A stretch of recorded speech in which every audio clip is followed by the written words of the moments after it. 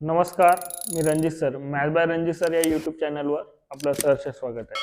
तत्पूर्वी good morning, good evening, good afternoon. आता बघूया आपण आपल्या सेशनला सुरुवात करूया, जो की पोलीस भरती सराव प्रश्नसंचांची सिरीज आहे, संभाव्य प्रश्नसंच. तर त्यामधला आता आपण तत्पूर्वी थोडा विचार करूया. आपले ऑफलाईन क्लासेस चालतात गडचिरोलीला, तर नुकताच 17 तारखेला आपली नवीन बॅच स्टार्ट झालेली आहे. कोणी गरजू विद्यार्थी पुन्हा असेल तर गडचिरोली सिटी कॉम्प्लेक्स नाही तर सिटी मध्ये जे आहेत त्या विद्यार्थ्यांनी सोमवार सकाळी 11:30ला ती बॅचचं इनॉग्रेशन आहे, तर त्या पद्धतीने तुम्ही एकदा डेमो क्लासला येऊन पाहू शकता. ओके. दे आज जो आपण संभाव्य प्रश्नांचा सिरीज नेहमी कंटिन्युअसली राबवत आहे तो आता पुन्हा कंटिन्यू करूया. आता आजचे प्युअर पूर्णपणे अंकगणितच असेल. क्लिअर. मग आधी तुम्ही अगोदर पहिल्यांदा पूर्णपणे प्रश्न वाचून देन स्टॉप करून तुम्ही स्वतःहून आन्सर काढणे, देन त्याच्यानंतर त्याचं विश्लेषण पुन्हा बघणे, अशा पद्धतीने तुमचा प्रोसिजर करा. अल्टिमेटली काय होते की तुमचा रिव्हिजनही होत राहील आणि विश्लेषण पण मिळत राहील. ठीक आहे. व्हिडिओ शेवटपर्यंत बघा, नक्की इन्फॉर्मेटिव्ह राहील आणि हेच प्रश्न किंवा असेच प्रश्न तुम्हाला पोलीस भरतीला दिसणार आहे. तर आता आपण सेशनला सुरुवात करूया. तर आता तुम्हाला रिझल्ट सांगून जाते, हे जेवढे तुम्हाला दिसत आहे त्या पद्धतीने तुमचं ते रिझल्ट तुम्हाला शो करत आहे काय रणजित सर आहे ते. ओके. देन नेक्स्ट आता पुढचं क्वेश्चन आपण इथं क्वेश्चन कडे जाऊया. तत्पूर्वी एकदा सेशनला लाईक करा. ओके. देन पुढं जर इथं म्हटलं बघा, एका संख्येची 7 पट व 4 पट यांची बेरीज जर 66 आहे तर त्या संख्येच्या तेवढ्याच पटीच्या संख्येची वजाबाकी किती. आता मला सांगा पट. आता संख्या एक संख्या जर आपण तिथे एक्स कन्सिडर केला, एक संख्या जर काय कन्सिडर केला, एक संख्या एक्स जर इथं मानले, त्याचे 7 पट. 7 पट म्हणजे काय होणार, 7 पट. 7 पट म्हणजे काय होणार, 7x. आणि देन त्याच संख्येचे किती, 4 पट. 4 पट म्हणजे काय होत आहे तुमचं, 4x असं. परंतु लक्षात घ्या, या पद्धतीने विचार करणे नाहीच, त्यांची बेरीज. पट म्हणजे एक प्रकारचा गुणोत्तर आहे, 7×4 म्हणजे यांची बेरीज जर आपण इथे जर विचार जर केला आणि देन त्याच्यानंतर तर त्या संख्येच्या तेवढ्याच पटीच्या संख्यांची वजाबाकी किती होईल, अशा पद्धतीचं तुमचं उत्तर आहे. तर आता मला सांगा 7×4 किती होत आहे, 11. मग आता या पद्धतीने तुम्हाला इथं विचार करावा लागेल. देन 11 म्हणजे 7 पट, बेरीज म्हटलं काय, 7+4 म्हटलं तर किती होत आहे तुमचं, 66. देन मग आता पुन्हा त्या तेवढ्याच पटीच्या संख्येच्या वजाबाकी म्हणताय तर काय होणार, 7 - 4 म्हणजे किती होत आहे तुमचं, क्वेश्चन मार्क. अशा पद्धतीने डायरेक्टली उत्तर राहणार. म्हणून आता देन त्याच्यानंतरचा सांगा इथे 7×4 किती होते, 11 म्हणजे 66. देन तुमचं 3 म्हणजे किती, अशा पद्धतीने तिथे मेंटेन आहे. पुढं जर आता इथे देन त्याच्यानंतरचा सांगा, इथे 11×1 11, 11×6 66, किंवा आपण त्याला इकडे पलटवलं, इथलं इथं होते परंतु जरा लक्षात घ्या, एक्स गुणीला काय होणार, 11 बरोबर इकडे 66 गुणीला काय होणार, 3. मग आता एक्स बरोबर किती होत आहे, 11. 66 गुणीला 3 भागीला किती, 11. 11×6 66. एक्स बरोबर sin 3 18. अशा पद्धतीने तुमचं उत्तर आहे. म्हणून option D is a correct answer तिथे राहणार आहे. क्लिअर. मग ओके. त्या पद्धतीने तो त्याचा क्वेश्चनचा आन्सर तिथे मेंटेन होता. तर आता मला सांगा इथे 18 म्हणजे तुमचं 3 पटीतील असं म्हणताय, 7 आणि 4. 7 आणि 4 ते पट आहे. जेव्हा जेव्हा पट आला ते गुणोत्तर समजून घ्यायचा. 7 व 4 मिळून 66 आहे, म्हणजे 11 रेशिओ बरोबर किती, 66. म्हणजे 1 रेशिओ बरोबर तुमचं 6. देन आता तुम्हाला त्यांची वजाबाकी म्हटलं तर काय होतं, 7 - 4 म्हटलं 3. 3 म्हटलं तर एका रेशिओची व्हॅल्यू किती मिळाली, 6. sin 3 18 असं तुमचं उत्तर येणे राहील. देन नेक्स्ट क्वेश्चन आता बघा. हा जो क्वेश्चन आहे या टाईपचे क्वेश्चन तुम्हाला SRPF किंवा त्या पद्धतीने जिल्हा पोलिसात सर्वांना विचारले जातात. बघा पुन्हा एकदा तुम्ही स्टॉप करा, देन त्याच्यानंतर हा एकदा सॉल्व्ह करा. आता बघा इथे जर आपण जर विचार जर केला तर हा डायरेक्टली कोणत्या वर्गांचा वगैरे नाही, तर डायरेक्टली आहे. आता पॉइंट नंतरचे डिजिट्स आपण मोजून घेऊया. जसं फॉर एक्झाम्पल इथं 1 2 3 4 5 6 वरती किती आहे यार 6. देन तुमचं इथे 1 2 3 4 5 6 इथे सुद्धा 6च आहे. मग 6 6 आहे. पॉइंट नंतरचे डिजिट जर सारखे जर असतील तर पॉइंटला उडवता येते. समजत आहे का? जसं फॉर एक्झाम्पल मी म्हटलं इथं 1.02 आणि देन डिवायडेड बाय तुम्ही 2.03 अशा पद्धतीने काही म्हटले तर याचा अर्थ असाही आपल्याला लिहिता येईल 102 डिवायडेड बाय 203. कारण काय, पॉइंट नंतर 2 डिजिट, पॉइंट नंतर 2 डिजिट. जर पॉइंट नंतरचे डिजिट्स किंवा अंक सारखे असतील जेवढ्या वेळा तेवढ्या वेळा तर आपल्याला तिथे पॉइंटला उडवता येईल. मग आता याच पद्धतीने वरती सुद्धा 6 आहे आणि खाली सुद्धा 6 आहे. म्हणून डायरेक्टली आपण लिहून टाकूया. काय लिहू? 84 गुणिला काय होणार 78 गुणिला काय होणार 125 आणि डिवायडेड बाय काय होते मग सांगा 234 गुणिला काय 28 गुणिला काय तुमचं 25. आता देन त्याच्यानंतर 25चा इथं भाग जाणार 5 वेळा. Okay clear. देन मग आता 14 एक 14, 14 चक 84 आणि इथं 14 दुने 28 असं होतंय व्यवस्थित. देन पुढे जर आपण जर गेलो तर लक्षात घ्या 6 गुणिला इथे काय राहिला 78 गुणिला काय राहिला इथे 5 आणि भागीला काय राहिला तुमचं इथे 234 गुणिला काय रे 2 अशा पद्धतीने आहे. तर मला सांगा आता देन त्याच्यानंतरच इथे हा कुठं ना कुठं कारण सर्व तुमचे पॉइंट्स मध्ये तसं नाही तर एक 2 आहे, परंतु लक्षात घ्या 78चा पाढा तिथे डायरेक्टली 234 मध्ये जाते का जरा पाहून घेऊ. कारण 4 ने गुणणे आहे. 4 ने गुणणं का बरं सांगा बरं? कारण तुमचं एकक स्थानी 4 आहे म्हणजे 8 ने भाग जाणारा एकक स्थानी 4 येतो. केव्हा येतो? एकतर 8 त्रिक 24 नाहीतर 8 8 64 असं दोन. 8 8 64 म्हणजे ते मोठी संख्या आहे. 3 ने गुणून पाहू आपण.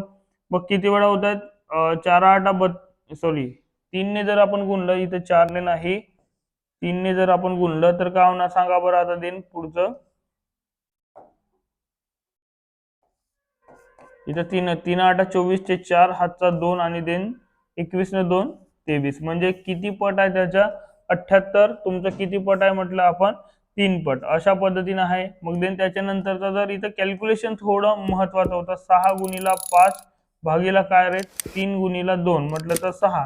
6 ला 6 गेट कॅन्सल. उत्तर किती राहिला तुमचा 5 म्हणजे option B is a correct answer. फक्त कॅल्क्युलेटिव्ह पार्ट होता मित्रो, परंतु जर थोडं विचार जर केले तर डायरेक्टली जर तुम्हाला तेही नाही येत आहे तर तुम्ही इथे बघा 2 3 4 2 3 4 म्हणजे काय होत आहे तुमची इथे 3 ने निशेष, कारण अंकांची बेरीज 9 9 म्हणजे 3 ने निशेष भाग जातो.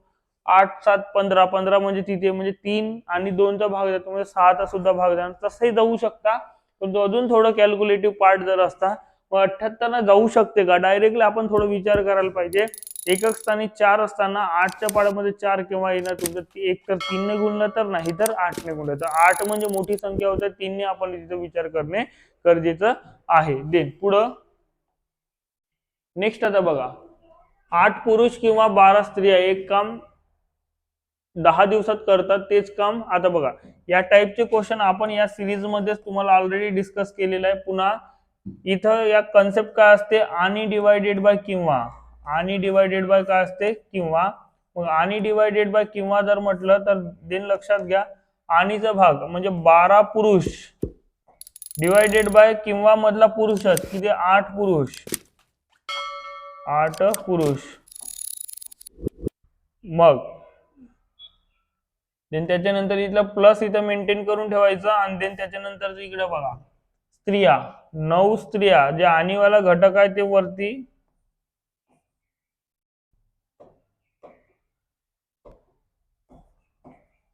स्त्रिया डिवायडेड बाय काय 12 स्त्रिया. तुम्हाला याचं उत्तर काढायचं आहे D2 तुम्हाला इथे राहणार म्हणजे D1 तुमचं दिलेले उत्तर तुमच्या त्या उजवीकडे तिथे लिहिणे म्हणजे किती दिवसात 10 दिवसात. मग आता व्यवस्थित जर आपण इथं विचार जर केला, पुरुष पुरुष गेट कॅन्सल म्हणजेच इथं बघा. देन मला सांगा आता यार, इथे जर आपण जर भाग जर दिला तर किती वेळा, 4 त्रिक 12 आणि 4 दुने 8. मग इथं 3 त्रिक 9 आणि 3 चो 12. मग या पद्धतीने इथं होत आहे, म्हणजे काय होणार, 3/2 अधिक काय होणार, 3/4 होत आहे असं. देन पुढे जर आपण जर इथं विचार जर केला, इंटू काय तुमचा D2 इथं मेंटेन राहणार, बरोबर काय होणार 10. आता मला सांगा देन त्याच्यानंतरचं, आता इथं लसावी मेथडनं आपण इथं बेस समान करून घेऊ. इथं जर आपण 2 ने जर गुणलं, 2 ने गुणलं तर 4 4 इथं मेंटेन होत आहे. इथं 2 ने गुणलं म्हणजे वरती सुद्धा 2, म्हणून काय होत आहे 3 दुने 6 6 आणि देन डिवायडेड बाय किती 4 प्लस किती होत आहे 3 भागीला किती होत आहे तुमचं 4. अशा पद्धतीने. आणि इकडे काय होणार तुमचं D2 बरोबर काय होत आहे तिकडे देन त्याच्यानंतर 10.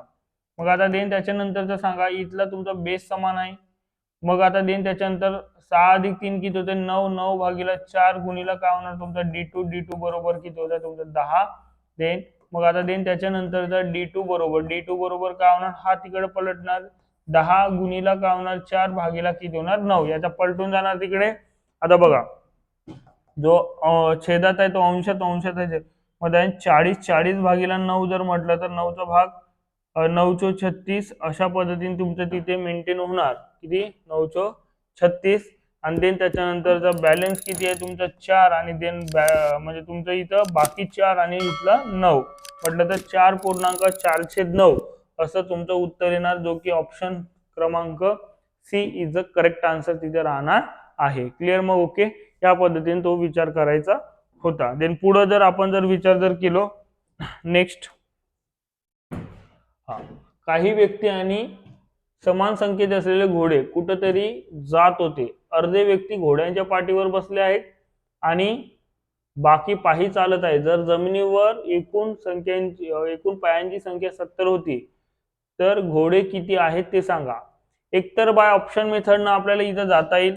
ऑप्शन मेथडनं कसा, जेव्हा जेव्हा ऑप्शन मेथड वापरायचं असते तेव्हा रिव्हर्स ऑर्डरनं विचार करायचा. कारण इतर ऑप्शन मध्ये तुम्ही 1 2 3 4 अशा पद्धतीने गेले तर तिथे उत्तर शेवटी जर तुमचं रिव्हर्स ऑर्डरनं, तर आपण थोडा स्मार्ट वर्क करायचा, रिव्हर्स ऑर्डरनं विचार करायचा.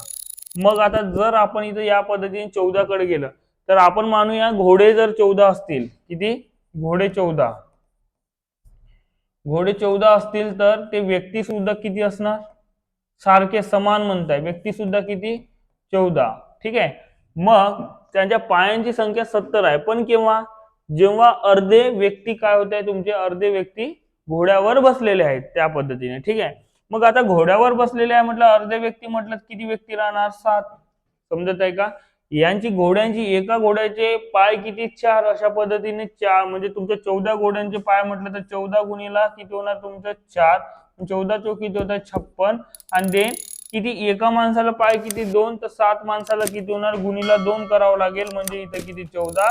दोघांची जर बेरीज जर केली तर चालणारे जे आहेत, चालणारे किती आहे तुमचे 70. म्हणजे 70 यांची काय होत आहे, सॅटिस्फाय होत आहे. कोणामुळे, ऑप्शन डी मुळे. म्हणून option D is the correct answer. जर सपोज इन केस या पद्धतीने जर विचार जर केला नाही तर हे झटकाच उत्तर येऊ शकते. मग या पद्धतीने तुम्हाला विचार करण्याची गरज होती. पण त्याच्या पलीकडे जर आपण ट्रॅडिशनल मेथडनं जर गेलो तर मला सांगा, एक एकूण संख्या म्हटलं घोडे किती म्हटलं तर एक्सच कन्सिडर करू, एक्स. आणि व्यक्ती किती म्हटलं तरी व्यक्ती सुद्धा एक्सच. कारण काय, कारण दोन्ही सारखे आहे ना. इथं जर 10 असतील तर ही सुद्धा 10 असणार. ठीक आहे. पण आता यावरून काही समजून येत नाहीये, परंतु आता जर आपण विचार जर केला तर एकूण पायांची संख्या किती, अर्धे किती होत आहे बघा, लक्षात घ्या. पायांची संख्या किती होत आहे, देन त्याच्यानंतर मला सांगा घोडे किती आहे तुमचे, एक्स आहे. किती आहे, एक्स. आणि देन त्याच्यानंतरचा प्लस काय होणार तुमचं, आता यांची पायांची संख्या किती होणार 4x, कारण 4 गुणीला होणार. आणि व्यक्तींची संख्या काय होणार 2x. अशा पद्धतीने होणार पूर्णपणे. परंतु मला सांगा अर्धे, इथे बघा, एक तर 4x तुमचं एक कंडिशन राहणार, प्लस काय होणार तुमचा 2x तर राहायला पाहिजे होता, परंतु ते पूर्ण माणसं आहे का, अर्धेच चालतंय. अर्धे चालतंय म्हणजे अर्धे म्हटलं तर 1/2 त्याला करावं लागेल, अर्ध करावं लागेल. म्हणून त्यांच्या पायांच्या संख्येला सुद्धा अर्ध जर केले तर तुमचं टोटल संख्या किती होतं 70. म्हणजेच तुमचं देन इथं गेट कॅन्सल अशा पद्धतीने होणार आहे. ठीक आहे. मग आता मला सांगा 2 ला 2 गेट कॅन्सल, 4 अधिक एक्स म्हणजे किती होणार 5x, इथं बरोबर किती होत आहे तुमचं 70. मग एक्स बरोबर किती होत आहे 70 भागीला 5 म्हणजे उत्तर किती होत आहे 14. असं तिथे मेंटेन व्हायला पाहिजे. पण आता कधी कधी तुम्हाला इक्वेशन हे मेंटेन करणं जरा कठीण जाते, मग तेव्हा तुम्ही बाय ऑप्शन मेथडनं जाऊ शकता. मग कसं जे म्हणताय त्या पद्धतीने आपल्याला तिथं ते मेन्शन करून देईन, त्याच्यानंतर आपल्याला उत्तरापर्यंत जाता येणार आहे. क्लिअर? मग ओके. देन नेक्स्ट आता बघा पुढचा क्वेश्चन कशा पद्धतीने राहणार. हा, 80 या संख्येचे 4 भाग असे पाडा की पहिल्यामध्ये 3 मिळवले, दुसऱ्यामधून 3 वजा केले, तिसऱ्याला 3 ने गुणले व चौथ्याला 3 ने भागले तर सर्व उत्तरे समान येतात. तर 4 भागापैकी सर्वात लहान. आता समान भाग असं पाडा असं म्हणताय. समान भाग म्हटलं तुमचा भाग पाडा, कोण किती आहे आपल्याला काही माहिती नाही, पण एक लक्षात घ्या तुमचा, जर आपण भाग जर एक्सचं इथं जर पाडलं, ठीक आहे, तर एक्स ने म्हणजे ते लहान आहे मोठे आहे ते त्या पद्धतीने विचार. पण चौथा जो भाग आहे 4 भागांपैकी सर्वात लहान भाग काय 5 आहे. लहान भाग किती आहे 5. मग लहान भाग बरोबर आता देन त्याच्यानंतर सर्वात लहान भाग कोण होणार सांगा. मी विचार करूया, ठीक आहे, 50. मग एक आहे तुमची 15 संख्या, दुसरी आहे तुमची 20, एक तिसरी देन त्याच्यानंतरच 8 आणि दुसरी एक 7, अशा पद्धतीने आहे. तर प्रत्येकाला यामधून 2 वजा केला, देन यामध्ये 2 मिळवला, देन याला 2 ने गुणला, आणि देन याच्या नंतरच तुमचं पुढे एक असं जर विचार जर केला, आणि याला 7 ने सर्वात लहान आहे ना, याला 3 ने 2 ने भागला. तर किती काही केले तरी यांच्याच पेक्षा हा भागाकार जे काही येत आहे तेच लहान घटक असणार. अरे आहे की नाही? थोडा लॉजिकली विचार करा. तो भाग सर्वात लहान आहे. नाही तर तुम्ही एक्स नुसार गेले असते, तुमचा x plus 3, x minus 3, x गुणिला 3, मग देन त्याच्यानंतर तेवढं जाणे नाही, तर थोडं विचार करणे होता. तर सर्वात लहान भाग म्हटलं तर त्या भागाला 3 ने जर भागलं तर उत्तर तुमचं किती येत आहे 5 येत आहे. किती येत आहे 5. एवढं लक्षात ठेवणं होता. मग त्या एक्स ची किंमत किती म्हटलं तर मला सांगा. आता देन सर्वात मोठा भाग किती असेल. आता मोठा भाग जर आपण तिथे एक्स जर कन्सिडर जर केला तर तुमचा डायरेक्टली तुमचं एक्स बरोबर किती होणार तुमचं देन. आता इथे जर झालं तर सर्वात लहान भाग आहे काय आहे तुमचं. मग सर्वात लहान भाग म्हटलं तर 5 गुणिला किती होत आहे तुमचं 3, म्हटलं तर एक्स बरोबर किती होतं 15. असं तुमचं उत्तर मेंटेन आहे 15. ठीक आहे. मग आता देन सर्वात कोणता म्हणतो मोठा भाग कोण राहणार ज्याला आपण गुणाकार करतो. समजत आहे की नाही? मायनस प्लस करणे म्हणजे 3 ने वाढणे 3 ने कमी होणे, पण गुणाकार करणे म्हणजे बघा आता लक्षात घ्या 10 मायनस 3 प्लस 3 म्हटलं 13 किंवा 6 देते. 10 गुणिला 3 करा बरं, सर्वात मोठा होत नाही का? मग मोठा होणे म्हणजे सर्वात मोठा जर विचार जर केला तर ही सर्वात लहान आहे. मोठा जर म्हणजे तुमचं त्या पद्धतीने इथं उत्तर त्याचं आहे. मग मोठा जर म्हटलं तर देन त्याच्यानंतरचं काय होणार 15 गुणिला काय होत आहे तुमचं 3 म्हटलं तर देन समान भागामध्ये लहान घटक आहे. देन पुढचा जर आपण जर विचार जर केला तर आता देन त्याच्यानंतरचा सर्वात मोठा घटक म्हटलं तर गुणिला 3 म्हटलं तर 15 त्रिक 45. तर तुम्ही बाकीचे जरी विचार जर केले असते एक तर तुमचा देन त्याच्यानंतरचा 15 म्हटलं तर देन आता हे गुणल्यानंतरची गोष्ट आहे. ठीक आहे. मग नंतर ते त्याच्यानंतरचं कमी जर असं म्हटलं तर एक कमी एक जास्त या पद्धतीने तुमचं उत्तर काय आलं पाहिजे 45 हा उत्तर तुमचं तिथे करेक्ट येणे आहे. क्लिअर? मग ओके. देन त्यानंतरचा बघा आता पुढचं. एका कार्यालयातील 25 कर्मचाऱ्यांच्या वयांची सरासरी 35 वर्ष. त्या कार्यालयात 25 वर्ष वयाचे 5 नवीन कर्मचारी सामील झाले. तर आता बघा लक्षात घ्या 25 कर्मचाऱ्यांच्या वयांची सरासरी 35 म्हणजे त्यांची बेरीज किती होणार. बेरीज बरोबर काय 25 गुणिला 35 डायरेक्टली. मग सांगा 25 गुणिला 35 जर असा जर विचार जर केला तर 35 म्हणजे 25 5 125 देन 12 75 आणि 12 किती 87 म्हणजे तुमच्या 875 देन. पुढे जर आपण जर गेलो 25 वर्षाचे 5 म्हटलं तर इथं 25 5 किती होतं 125. हे पाचही जर आपण इथं मिळवलं तर टोटल सरासरी जर विचार जर केला सरासरी टोटल यांची सरासरी किती होत आहे तर बघा आता. मग आता 875 अधिक किती करू 125 करू आणि डिवायडेड बाय किती करू किती. आता ते 25 आणि हे नंतरचे 5 म्हणजे 30 झाले. एकूण टोटल 30 जर म्हटलं तर देन त्याच्यानंतरचं जर आता इथं 900 देन त्याच्यानंतरचं किती होतं इथे देन 900 नंतर किती होतं तुमचं हजार, ठीक आहे. इथं 25×3 = 75, ओके. देन त्याच्यानंतर किती होतं तुमचं 1000 या पद्धतीने इथं मेंटेन होत आहे, ठीक आहे. आणि डिवायडेड बाय किती मग आता तुमचं 30, 30 म्हटलं तर 0 0 गेट कॅन्सल. मग आता देन त्याच्यानंतरचा जर आपण इथं विचार जर केला तर 100ला जर 3 ने भागलं तर 33 वेळा पूर्ण भाग जाणार. आता राहिलं किती तुमचे, किती राहिले 33 त्रिक 99 होत आहे 1. मग आता देन त्याच्यानंतरचा हा जो आहे 1/3 असा मेंटेन होत आहे. 1/3 वर्ष आहे, वर्षाला महिन्यामध्ये कन्वर्जन केलं तर 1/3 चं काय करणार 1/3 इंटू 12 म्हणजे उत्तर काय होणार 4.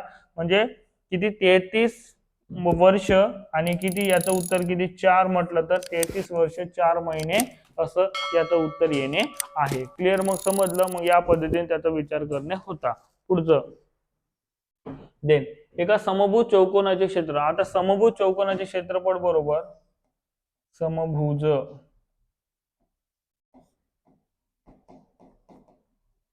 चौकोनाचे क्षेत्रफळ बरोबर कर्णांचा गुणाकार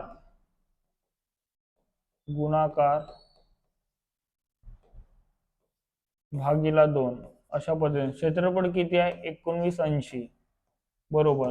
म्हणजे D1 आणि D2 असं डायगोनल असते. मग त्यापैकी एका कर्णाची लांबी 72 आहे, दुसरा D2 आपल्याला काढायचा आहे. Then divided by 2. इथं भागलं तर इथं किती 36 वेळा भाग जाणार. म्हणजे D2 बरोबर काय होणार सांगा बरं 1980 भागीला किती होतं तुमचं 36. मग आता देन त्याच्यानंतर इथे दोन्ही मध्ये 9चा भाग राहणार. 9 चौक 36 आणि 9 दुने 18 1 9 दुने 18 220. म्हणजे D2 बरोबर सांगा इथे. आता देन त्याच्यानंतर तर 220 भागीला 4 जर म्हटलं तर उत्तर काय होत आहे. मग आता 4 पंचे 20 आणि 4 पंचे 20 म्हणजे 55. D2 बरोबर किती 55 सेंटीमीटर म्हटलं तर तुमचा option B is correct answer तिथे राहणार. जरा फॉर्म्युला लक्षात ठेवा, कारण भूमितीचे जे काही क्वेश्चन्स आहे फॉर्म्युलावर बेसवर आहेतच. देन पुढचा जर क्वेश्चन म्हटलं एका विद्यार्थ्या परीक्षेत 25% गुण मिळाले व तो 10 गुणांनी अनुत्तीर्ण झाला. तर आता लक्षात घ्या तुमचं रिव्हिजन सेशन या पद्धतीने आहे. तर दुसऱ्या विद्यार्थ्यास 53% गुण मिळाले व तो 4 गुण अधिक मिळवून तो उत्तीर्ण झाला. तर ती परीक्षा किती. आता 4 1 आता मला सांगा सपोज इन केस मी जर 10 म्हटलं 10 तर कमी जर म्हटलं तर मी 2 कमी म्हटलं तर 8 होणार आणि जर 3 जास्त जर म्हटलं तर किती होणार 13 होणार. मग यांच्यातला गॅप कितीचा असते तुमचा 5चा. हाच तुमचा फरक आहे.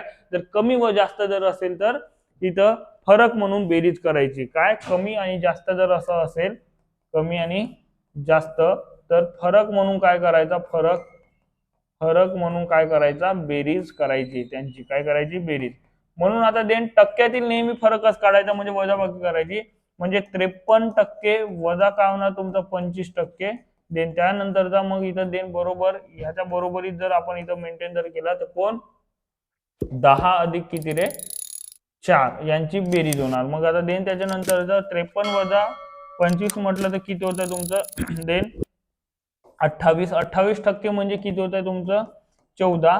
मग आता देन 100%ची व्हॅल्यू, कारण एकूण जर म्हटलं तर 100%मध्ये विचार करतो आपण. 100% इज इक्वल टू काय.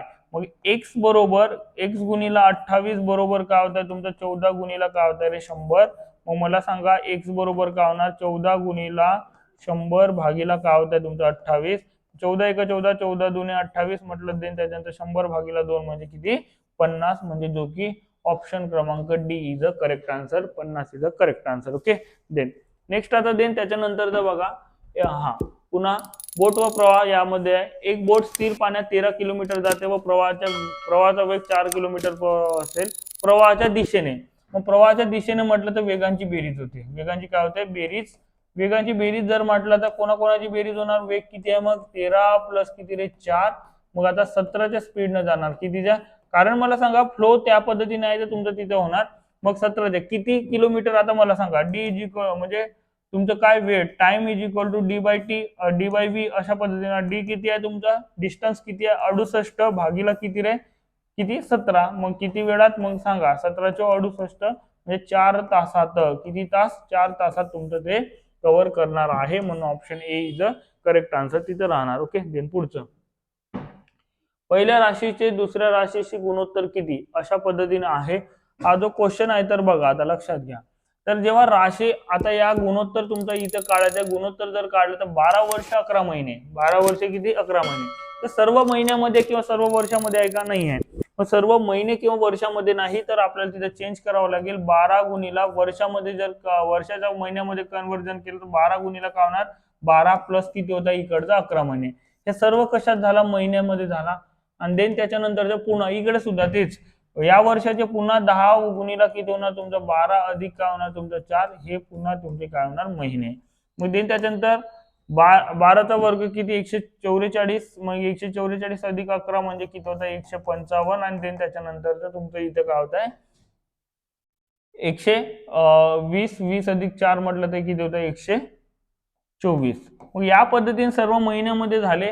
तर आता बघा, आता तुम्हाला जर इथे तुम्ही डायरेक्टली आता कोणताही जर इथे लावले किंवा बघा 3 ची कसोटी लावतो म्हटले तर काय होणार, 5 आणि 5 10, 10 ने 11 म्हणजे 3 ने भाग जात नाही. मग अशा पद्धतीने कोणत्याच संख्येचा भाग जात नाही. पण तुम्हाला वाटत आहे की यापैकी नाही येईल का, किंवा तुमचं देन त्याच्यानंतर 124 आणि 155. मित्र, पहिल्याचे दुसऱ्याशी म्हटलं तर पहिला पहिलाच पाहिजे, दुसरा दुसराच पाहिजे. समजत आहे का, इथं अल्टरनेट होऊ शकत नाही. म्हणून तुम्हाला जरी वाटला तरी हा उत्तर येत नाही. आता यापैकी नाही येणार की नाही येणार ते नंतरचा प्रश्न. पण जेव्हा केव्हा तुम्हाला जर इथं असा जर ऑप्शन जर आहे तर तेव्हा एक काम करायचा की तुम्हाला कुठंच काही भाग जात नाहीये असं जर जाणवलं तर मूळ संख्येचा जरा विचार करायचा. आता मूळ संख्येचा विचार करताना आपल्याला आता कोणत्या संख्येत जाणार हेही माहित नसते. आता हे तर तुमचं उत्तर नाही येणार, हे तर मान्य आहे, कारण 155 123 तरी 124 पाहिजे होतं, नाहीये. मग राहिला विषय 5 आणि 4चा. जर आपण 155 ला जर 5 ने जर भागलो, ठीक आहे, 5 1 5, 5 3 15, 5 1 5, ओके. देन मग आता देन त्याच्यानंतर ऑर मध्ये जर मी म्हटलं 124 ला जर मी जर 4 ने भागलो तर 4 1 4, 4 3 12 आणि 4 1 4 म्हणजे 31 31 तुम्हाला कॉमन म्हणते. मग समजलं का, जर 31 ने जर मी भागलो तर इथं 5 वेळा भाग जाणार, इथे 31 ने भागलो तर किती 4 वेळा, म्हणजे कोणाने भाग जात आहे 31 ने भाग जात आहे, म्हणून 5 4 इथं करेक्ट आन्सर तिथे राहणार. असं तुम्हाला विचार करायचा आहे की जर सपोज जर तिथे नसेल तर आपल्याला त्या ऑप्शनच्या माध्यमातून आपल्याला लवकर क्लिक होत नसेल तर ऑप्शनचा मदत घ्यायचा. यापैकी नाही जर ऑप्शन मध्ये असेल तर ते नेहमी उत्तर करेक्टच येते, अशातला काही भाग नाही, ते येऊ पण शकत नाही. क्लिअर, अशा पद्धतीने तो विचार करायचा होता.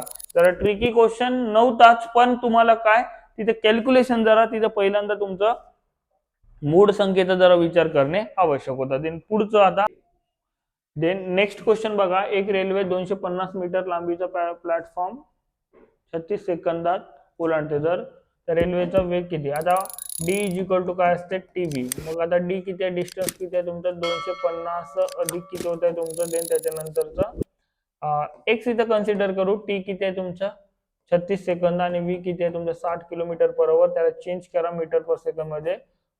5/18, 18 1 18, 18 2 36, देन त्याच्यानंतर 250 अधिक एक्स बरोबर इकडे काय होणार 5 दुने 10, 10 गुणीला 60 म्हणजे किती होतं 600 असं होत आहे. मग एक्स बरोबर त्याला तिकडे ट्रान्सफर करा, 600 वजा काय होतं 250, म्हणजे एक्स बरोबर किती होणार तुमचं देन 350 असं उत्तर. हे रेल्वेची लांबी आहे. तर तो झाडा सोडल्यानंतर तुमचं काय होणार, डी इज इक्वल टू फक्त टीव्हीच राहणार, फक्त डी ची किंमत फक्त किती राहणार. मग आता काय काढायचं, वेळ टी बरोबर काय होणार, तर डायरेक्टली 350 भागीला किती होणार, व्ही किती आहे तुमचं 60 किलोमीटर पर आवर, मग 5/18 असंच राहणार आहे. त्याच्यानंतरचं बघा 350 गुणीला भागीला किती 60 गुणीला काय होणार 18/5 अशा पद्धतीने पलटणार. तर देन त्याच्यानंतरचं 0 0 गेट कॅन्सल, 6 1 6, 6 3 18 आणि देन 5 1 5, 5 7 35, म्हणजे उत्तर किती होतं तुमचं 7 3 21, 21 सेकंदात ते त्या झाडास ओलांडणार. या पद्धतीने आहे, म्हणजे काय होणार option D is correct answer तिथे मेंटेन राहणार आहे. पुढे जर आपण विचार जर केला अचूक उत्तर शोधा, या पद्धतीचं बघा. आता हा एक एक एक आपण सॉल्व्ह करूया. 361 कोणाचा वर्ग आहे 19चा गुणीला काय 2 आणि भागीला किती होत आहे तुमचं इथे किती 2. परंतु पहिल्यांदा काय आपल्याला करावं लागेल भागाकार, नाही तिथं गुणाकार जर केले असते तर देन त्याच्यानंतर गुणाकार तसाही विषय काही होत नाही अडती, कारण सरसकट असलं तर काही विषय होत नाही. मग आता 2/2 म्हणजे 1, 19 गुणीला काय 1 म्हणजे उत्तर काय होतं तुमचं 19, म्हणजे ऑप्शन काय होणार बी इज करेक्ट. नेक्स्ट आता क्वेश्चन बघा, 12,500 चे किती टक्के बेसिक मेथडनं जर गेलो तर 115 आपण 100 मध्ये वाढवतो आणि त्याच्यानंतर इथे 2 वर्ष म्हणून 115 भागिले 100. परंतु हे कॅल्क्युलेशन करणे म्हणजे नाकी नवीन आहे. क्लिअर. तर आपण ऑर मेथड एकदा बघूया. जसं लक्षात घ्या, मी बॅच मध्ये ते घेतच असतो. इथे बघा 12,500 गुणिला काय होणार तुमचं 15% काढून घ्यायचे. 15% जर काढलं तर 0,0,0,0 गेट कॅन्सल. याचा गुणाकार किती होता तुमचं 15×75 देन तुमचं 30 37 देन त्याच्यानंतर 3 राहिले 15 1 15 15 3 किती 18. ठीक आहे. मग आलेले उत्तराचे पुन्हा 18×75 चे तुमचं काय काढणार 15% इथं काढणार. 15% जर काढलं तर 15×75 चे 5 हातचा किती 7 105 आणि 112 म्हणजे 11 देन 120 आणि 11 म्हणजे किती होत आहे 100 देन त्याच्यानंतर जर 131 असा जर विचार जर केला तर हातचा किती राहिलं तुमचं 13 राहिले. किती राहिले 13. मग आता देन त्याच्यानंतर 15 1 15 15 न 13 किती होतं तुमचं 28. अशा पद्धतीने तुमचं तिथे उत्तर राहणार आहे. दोन स्थान इकडे सरकवलं तर या पद्धतीने इथं पॉईंट राहणार. मग आता पहिल्यांदा इथं बघा पहिल्या क्वेश्चनला म्हणजे पहिल्या स्टेपला 2 ने गुणायचा, दुसऱ्या स्टेपला 1 ने. मग याचा जर गुणाकार जर केला याचे डबल किती होत आहे 10 1 15 5 देन 7 आणि इथं किती 3. या पद्धतीने राहणार. देन पुढचं इथं जर म्हटलं तर इथं 281 पॉईंट किती होणार तुमचं 25. जर आपण जर इथं पॉईंटच्या खाली पॉईंट मेंटेन केलं इथं 25 इथं 1 8 5 13 चे 3 हातचा 1 म्हटलं तर 9 1 10 चे 0 हातचा 1 म्हटलं तर किती होतं 4 म्हणजे 40 31.25. पण पॉईंट 25 कुठेच नाहीये. तर आता इथं प्रिंट मिस्टेक नव्हे, लक्षात घ्या तुम्हाला प्रत्येक इथं कुठंच नाहीये. तर अप्रॉक्सिमेशन कधी कधी व्हॅल्यू घेतली जाते. मग अप्रॉक्सिमेशन व्हॅल्यू घेतल्यामुळे तुमचं काय येणार ऑप्शन सी त्याचा जवळचा ऑप्शन तिथे मेंटेन करणे तिथे मेंटेन राहणार आहे. मग 40 31 this is the correct answer. Okay. Then पुढे जाऊया नेक्स्ट. त्यानंतरचा बघा डिझेलच्या 3 टँकरची क्षमता 403 434 व 465 या पद्धतीने तिथं आहे. तर जास्तीत जास्त किती मोठ्या मापाचे कंटेनर घेतले असतात त्यापासून सर्व कंटेनरचे डिझेल मोजता येईल. म्हणजे एक प्रकारचा कंटेनर जास्तीत जास्त मोठ्यात मोठी जर म्हटलं तर आपल्याला मसावी काढावं लागेल. काय काढावं लागेल मसावी. तर मसावी काढताना मित्र आपण ट्रॅडिशनल मेथडनं जर गेलो तर आपल्याला लई वेळ लागणार आहे. जसं 403 देन त्याच्यानंतर 434 देन मसावी तर काढायचीच आहे पण त्याच्यामधला थोडा विचारही तसाच करावा लागेल ना. तेव्हाच तर आपला पूर्णपणे पेपर सॉल्व्ह होणार. नाहीतर नाकी नऊ येणार. ठीक आहे की नाही. मग आता बघा इथे 403 434 आणि 465 जर आपण जर घेतला तर आता मला सांगा इथे जर आपण कोणती कसोटी जर लावतो म्हटलं तर आता इथं ऑप्शन पाहून घ्यायचे. ऑप्शन मधलाच एक उत्तर राहणार डेफिनेटली. म्हणजे त्या संख्येत तिथं भाग जाण्याचा आहे 100%. म्हणून आता बघा 62 म्हटलं 2 2चं इथं सर्वांमध्ये इथे तर भाग जातच नाहीये. समजत आहे का. मग इथं विषय संपला. मग आता इथे तुमचं 41 आणि काय आहे तुमचं 31 असं आहे. 41 आणि 31 असताना या संख्येने भाग जाते का मूळ संख्या जर आले तर तेव्हा त्यांचा विचार करायचा. समजत आहे का. मग आता देन त्याच्यानंतर आपल्याला माहिती नाहीये कारण इथे तुम्ही जर विचार जर केला तर 62 मध्ये तुम्ही जर इथे म्हटलं 31 गुणिला 2 म्हणजे 2चा भाग इथे सर्वांमध्ये जात आहे का नाही जात आहे. म्हणून तुमचा हात येणार नाही. 84 84 म्हटलं तर इथे पुन्हा 2चा भाग जाणे. 2चा भाग सर्वांमध्ये जात आहे का नाहीच जात आहे. म्हणजे हाही येणार नाही. म्हणजेच तुम्हाला 41 किंवा काय येणार तुमचं 31. मग 41 किंवा 31 येत आहे तर तशाच पद्धतीने अप्रोचही तसा ठेवावा लागेल. कोणता तरी एक सोडून पहा. 41 नाही आलं तर 31 ठोका. 31 नाही आलं तर 41 ठोका. मग डायरेक्टली आता भागून पाहू आपण काय होणार तुमचं 31 ने जर आपण भागून पाहिलो इन केस बघा आता इथं काय होणार. मग आता जर इथं जर भागलो तर किती वेळा 31 1 वेळा 9 राहिले 31 त्रिक किती होते 93 म्हणजे भाग जात आहे पूर्ण 13 वेळा. अरे आहे की नाही. देन इथं बघा इथं इथं काय होणार 31 31 मग राहिले किती तुमचे 12 12 राहिले 124 म्हटलं तर 31 तो किती होत आहे तुमचे 124 म्हटलं तर इथं तुमचे 4 म्हणजे 14 वेळा भाग जात आहे. आणि देन त्याच्यानंतर जर आपण इथं जर विचार जर केला तर 31 31 आणि देन राहिले तुमचे किती तिथे 15 15 आणि 5 टाकलं तर 155 155 म्हटलं तर तुमचा 5 वेळा भाग जाणार म्हणजे इथं किती 15 वेळा. मग हे तुमच्या सहमूळ संख्या यांच्यामध्ये एक शिवाय पुन्हा कोणत्याच संख्येचा भाग जात नाही. म्हणून यांची मसावी एकच. परंतु या सर्व घटकांची एक म्हणजे मोठ्यात मोठी टँकरचे माप मोजण्यासाठी मोठी मोजपट्टी किंवा त्या पद्धतीने तुमचं मापाचे किती मोठ्या मापाचे म्हटलं तर कोणता मग तुमचा option A 31 is the correct answer तिथे राहणार आहे. असा अप्रोच घेऊन चालावं लागेल तेव्हाच तुम्हाला तिथे मेंटेन होणार आहे. तर आपण बॅच बद्दल पहिले बोललोच होतो, समजत आहे का? त्या बॅच बद्दल कोणी सिटीमध्ये असणार तर डेफिनेटली या पद्धतीने असं ट्रिक किंवा या पद्धतीने अप्रोच कसं करायचं हे सर्वच तुम्हाला तिथे मेंटेन होणार. म्हणून एकदा बॅच जॉईन करा डेफिनेटली. पूर्ण ही भीती घालून टाका पूर्णपणे मॅथ अँड रिझनिंगचा. समजत आहे? Okay done. पुढे जाऊया आता नेक्स्ट आता वडिलांचे आजचे वय मुलाच्या वयाच्या 6 पट आहे म्हणते. आणखी 5 वर्षांतर वडिलांचे वय मुलाच्या वयाच्या त्यावेळच्या वयाच्या 4 पट होईल. तर मुलाचे आजचे वय किती? आता सपोज इन केस आपण डायरेक्टली जर गेलो आता तर बघा आता वडील व मुलगा जर म्हटलं आपण वडील आणि काय मुलगा,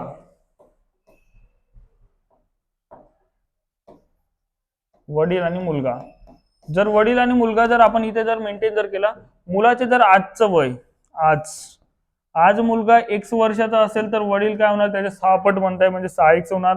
5 वर्षानंतर म्हटलं तर मुलगा किती होणार x+5 आणि वडील काय होणार 6x+5. अशा पद्धतीने तुमचं इक्वेशन तिथे मेंटेन व्हायला पाहिजे. देन मग आता देन त्यावेळेच्या वडिलांच्या वयाच्या त्या किती वयाच्या 4 पट होईल असं जर म्हणताय तर नेहमी काहीच जर समजत नाहीये तर लहान व्यक्तीला गुणून टाकायचं मोठ्या व्यक्तीचं वय येऊन जाते. समजत आहे? मग या पद्धतीने जर विचार जर केला तर लहान व्यक्ती कोण आहे?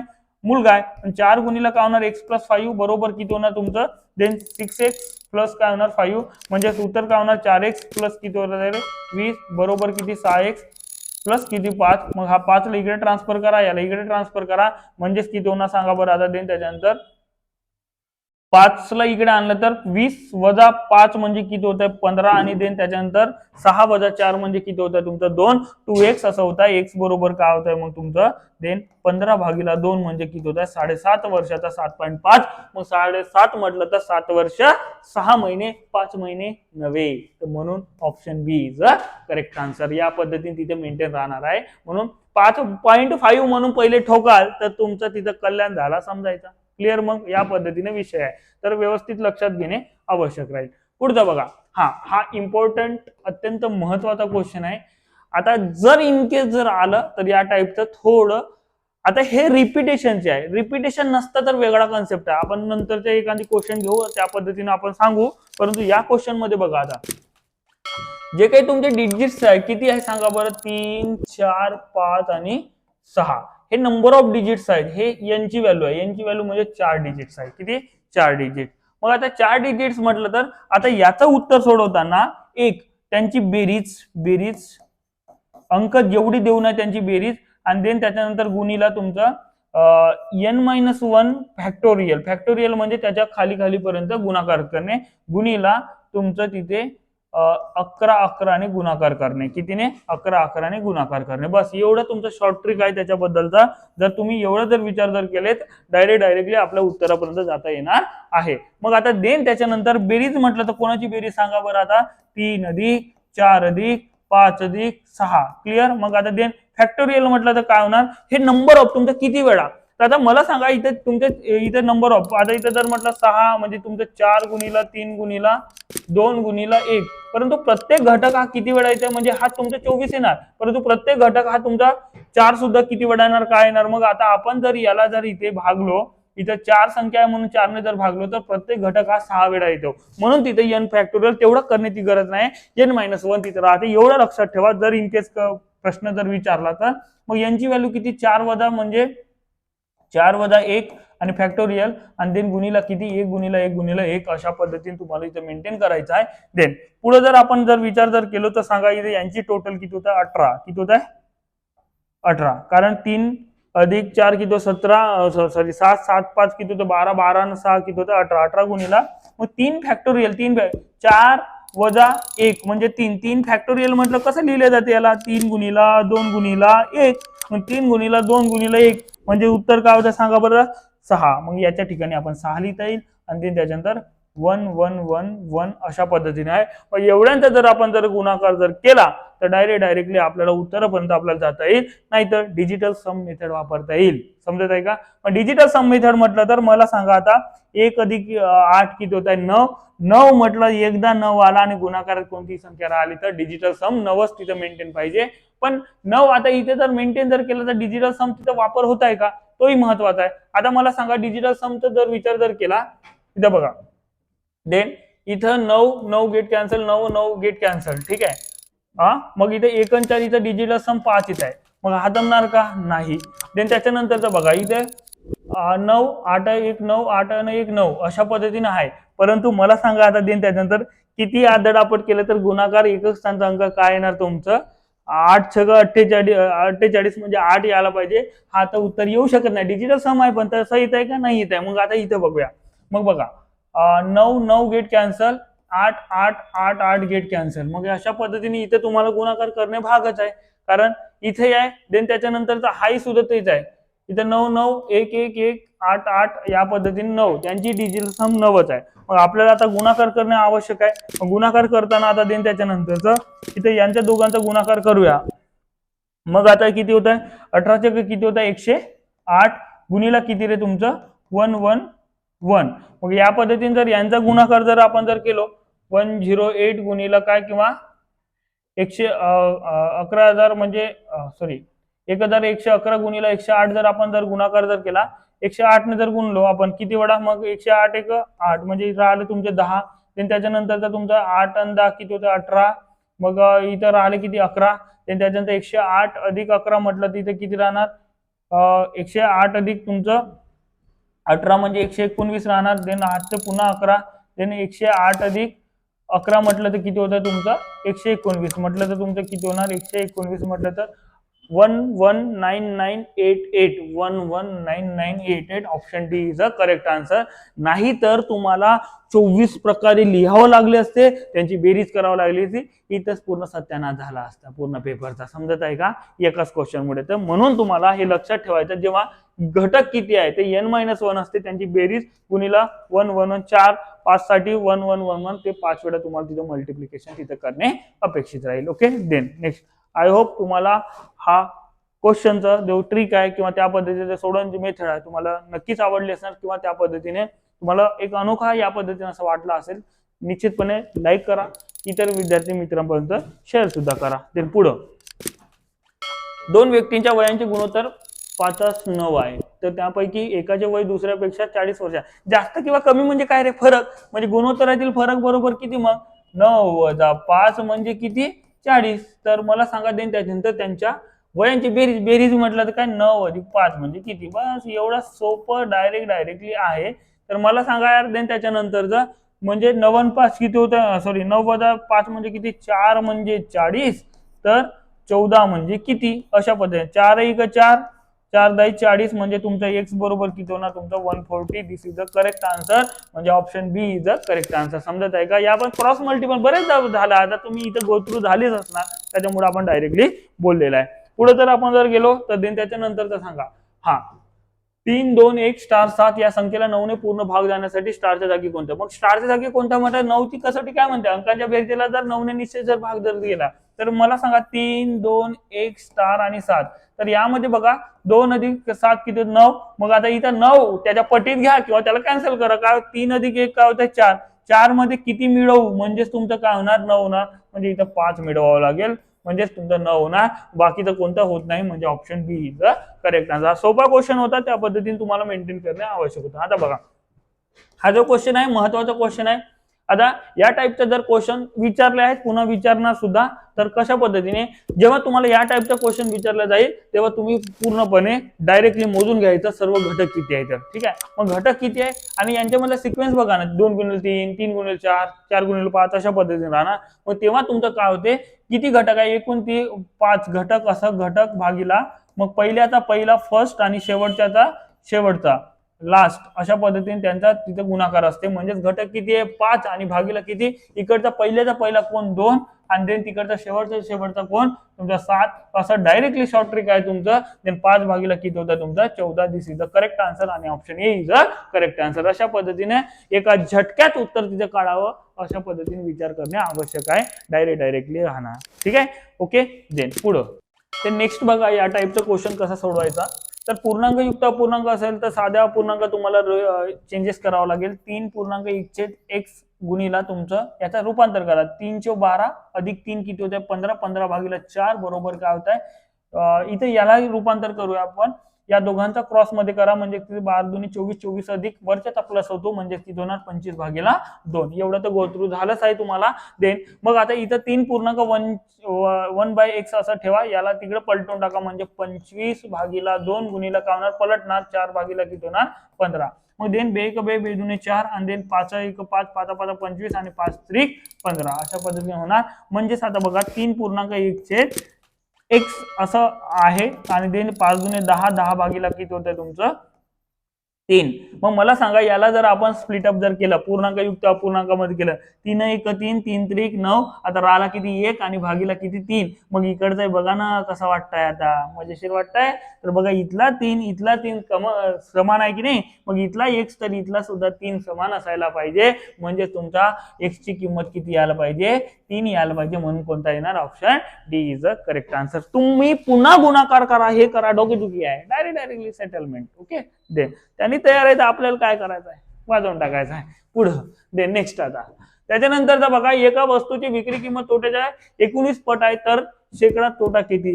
या टाईपच्या क्वेश्चन साठी डायरेक्टली आपल्याला विषय करता येईल. बघा शेकडा तोटा म्हणताय तर मला सांगा आता देन तोटा बरोबर काय होणार 1/, पट +1 करायचा. जेव्हा तोटा असते +1 आणि नफा असते -1 आणि गुणीला काय करायचा 100%. बस बस बस खतम झाला.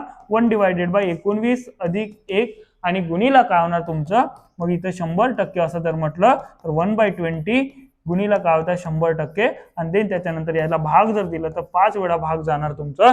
म्हणून तुमचं उत्तर तिथे काय राहणार option C is a correct answer तिथे राहणार आहे. क्लिअर. मग आला मजेशीर झटक्यात पटकन. ओके, देन देन त्याच्यानंतर बघा 3 क्रमित विषम संख्यांची बेरीज 147 आहे तर मधील संख्या कोणती किंवा मधली संख्या कोणती अशा पद्धतीने म्हणजे एकंदरीत सरासरी काढायचे.